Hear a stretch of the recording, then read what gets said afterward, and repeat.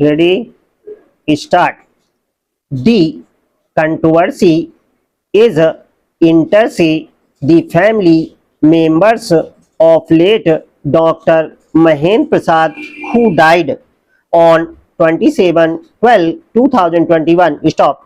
He had three sons, namely, Ranjit Sharma, who passed away on 2/3/2023, Devinder Rai, husband of the appellant Kanchana Rai and Rajeev Sharma. Stop.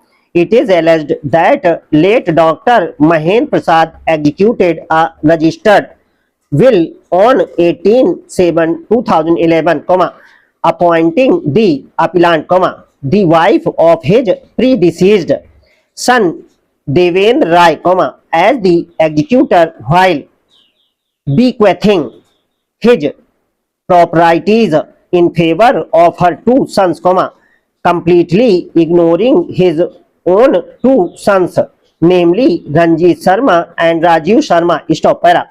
Srimati Geeta Sharma, respondent number 1, wife of one of the sons, Ranjit Sharma, who died after the death of Dr. Mahendra Prasad, applied for maintenance from the estate of her father-in-law, before the family court under the Hindu Adoptions and Maintenance Act, 1956. Stop.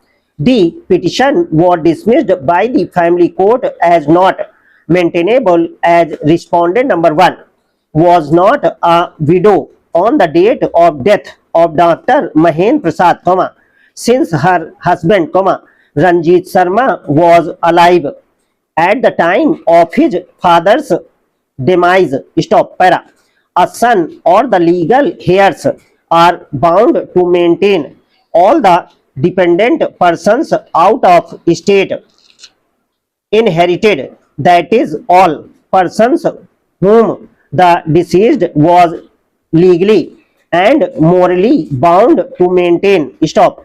Therefore, on the death of son, it is the pious obligation of the father-in-law to maintain widowed daughter-in-law, if she is unable to maintain herself either on her own or through the property left behind by the deceased son. Stop. The act does not envisage to rule out the above obligation of the father-in-law to maintain his widowed daughter-in-law, irrespective of the fact when she became a widow, whether prior or after his death. Stop. Para. Section 19 of the Act provides for the maintenance of widowed daughter-in-law of the deceased Hindu. Stop.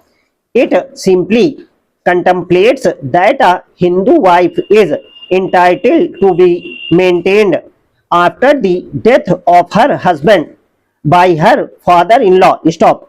Thus, it casts an obligation upon the father-in-law to maintain his daughter-in-law. Stop.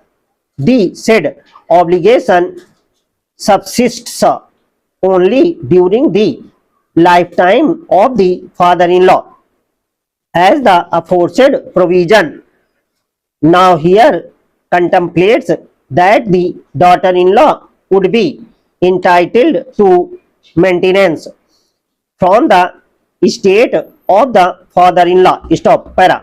In other words, section 19 contemplates for the maintenance of the daughter-in-law during the lifetime of father-in-law, whereas, section 22 contemplates maintenance of dependents, including widowed daughter-in-law, from the estate of her father-in-law, meaning thereby that a claim under section 22 can be raised only after the death of the father-in-law.